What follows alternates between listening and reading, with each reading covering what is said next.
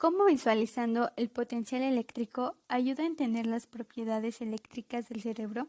El cerebro humano produce electricidad todo el tiempo. A la mañana cuando despiertas, tu cerebro produce suficiente electricidad como para encender una lámpara pequeña. El cerebro está conformado por miles de millones de células cerebrales llamadas neuronas, que utiliza para comunicarse entre sí. La combinación de millones de neuronas enviando señales a la vez produce una enorme cantidad de actividad eléctrica en el cerebro, que puede ser detectada mediante equipos médicos sensibles, como por ejemplo el electroencefalograma. La neurona es la unidad funcional del sistema nervioso, es decir, es la célula del sistema nervioso.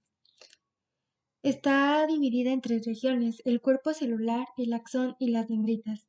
El cuerpo celular, o soma, es donde se encuentra el núcleo de la célula. El axón permite la conducción de los impulsos nerviosos y las dendritas permiten la captación de estos impulsos. El espacio que existe entre neuronas se le denomina sinapsis y esta es la transferencia de información de una neurona a otra. La membrana de la neurona está cubierta de una capa hidrofóbica.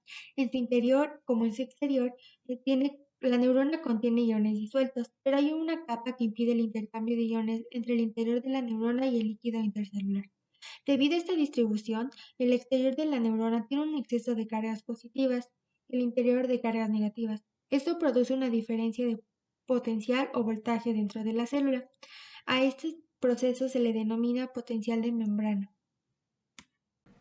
Potencial eléctrico. El potencial eléctrico es la energía potencial que tiene la unidad de carga que se encuentra en un punto determinado dentro del campo eléctrico.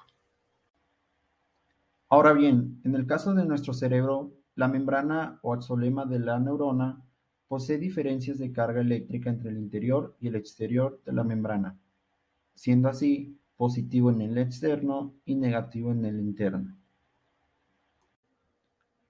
En cuanto al potencial de acción, se dice que una neurona está polarizada cuando se está en reposo. Ahora, si la corriente de cargas positivas a través de los canales iónicos fluye hacia afuera de la célula, es decir, el voltaje interior se vuelve más negativo, se dice que entonces estará hiperpolarizada. Y cuando se da el proceso inverso, corriente positiva fluyendo hacia el interior, se dirá que está despolarizada.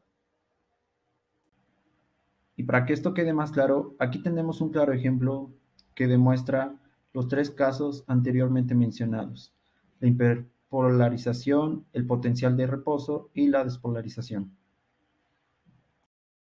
¿Cómo asociamos el potencial eléctrico con la transmisión de señales eléctricas? Las células nerviosas producen señales eléctricas que transmiten información para generar señales eléctricas basadas sobre el flujo de iones a través de su membrana plasmática. Entonces, un impulso nervioso que corresponde a la excitación de la neurona y viaja en forma de potencial eléctrico.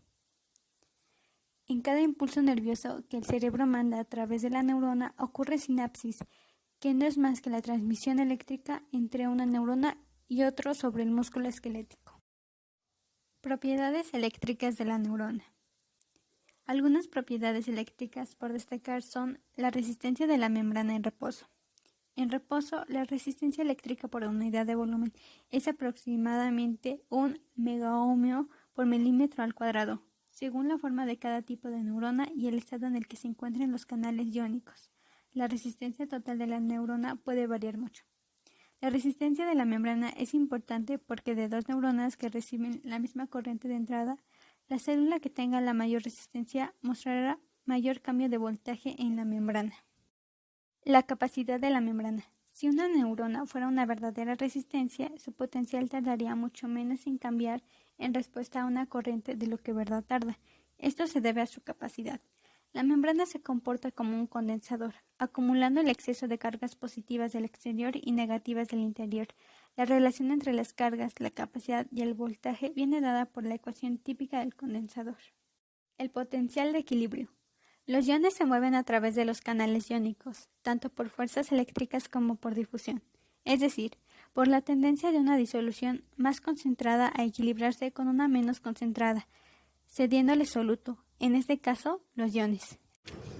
En conclusión, las neuronas transmiten información a través de diferencias de potencial entre su interior y exterior, potenciales de acción. La naturaleza eléctrica de esta transmisión de información neuronal, que se podrían hacer modelos de ellos, representando el funcionamiento de las neuronas, debido a su naturaleza eléctrica. Los modelos matemáticos y físicos pueden ir más allá, describiendo el comportamiento de redes neuronales enteras. Por lo tanto, podemos decir que describir los procesos neuronales con ecuaciones físicas ofrece la oportunidad de abordar sistemas altamente complejos e incluso simularlos, haciendo de ellas herramientas muy poderosas.